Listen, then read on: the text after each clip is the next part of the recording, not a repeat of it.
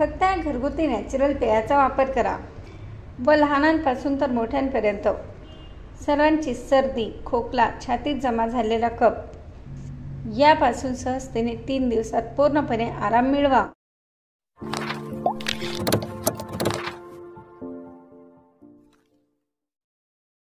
नमस्कार मित्रमैत्रिणींनो, जीवन संजीवनी या official YouTube चॅनलमध्ये आपले स्वागत आहे। सर्दी असो, खोकला असो किंवा ताप असो, प्रत्येकाला याचा सामना करावाच लागतो आणि सर्दी पडसे झाले की अंगदुखी, कमजोरी, ताप येणे, डोके दुखणे व सहजासहजी न जाणारा खोकला, छातीत जमा झालेला चिकट कफ यामुळे आपल्याला खूप त्रास होतो।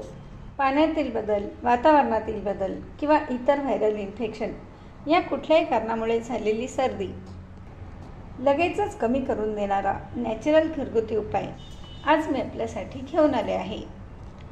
आणि हा उपाय लहानांपासून तर मोठ्यांपर्यंत सर्वांकरता फायदेशीर ठरतो। लहान मुले देखील हे अगदी सहजतेने आणि आवडीने पितील। यासाठी एका पातेल्यात 1 ग्लास भरून पाणी घ्या आणि येथे मी गूळ घेतले आहे। गूळ चिरून यामध्ये टाका। साधारण 2 चमचे गूळ यामध्ये टाकायचा आहे। हे बघा, छोटासा तुकडा मी यामध्ये चिरून टाकला आहे। आणि 1 चमचा भरून जिरे घ्यायचे आहे। जे जिरे आपण दररोज भाजीमध्ये वापरतो ते जिरे मी इथे घेतले आहे। आणि यामध्ये 4 काळ्या मिऱ्या टाकायच्या आहे। काळ्या मिऱ्या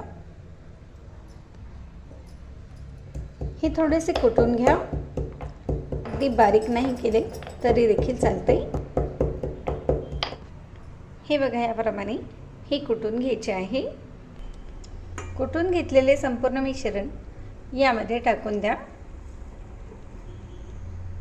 आणि हे छान उकळून घ्यायचे आहे। गुळामध्ये protein, vitamin B6, B12, folate, calcium, iron, phosphorus, selenium ही खनिज तत्व भरपूर प्रमाणात असतात। आणि काळ्या मिरीमध्ये potassium, magnesium, manganese, zinc, chromium, piperine व कर्क्युमिन ही खनिज तत्व आढळतात। आणि जिऱ्यामध्ये देखील minerals, fibre, carbohydrate, protein, manganese, iron, calcium, copper, potassium, phosphorus, zinc आणि विटामिन्स ही खनिज तत्व भरपूर प्रमाणात आढळतात। आणि म्हणूनच या काढ्यापासून आपल्याला लगेचच आराम मिळतो। हे बघा, आपला काढा इथे छान तयार झाला आहे। ही गाळून घ्यायचे आहे।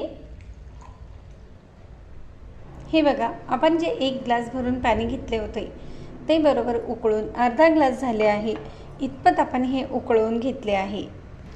हा तयार झालेला काढा रात्री जेवणानंतर ज्या व्यक्तींना त्रास होत आहे अशा व्यक्तींनी पिऊन घ्यायचा आहे। असे जर तुम्ही फक्त 2 ते 3 दिवस केले तर कितीही जुनाट सर्दी, खोकला, छातीत जमा झालेला कफ असेल तर पूर्णपणे बरा होण्यास मदत होते। आणि ही गरम असतानाच प्यायची आहे।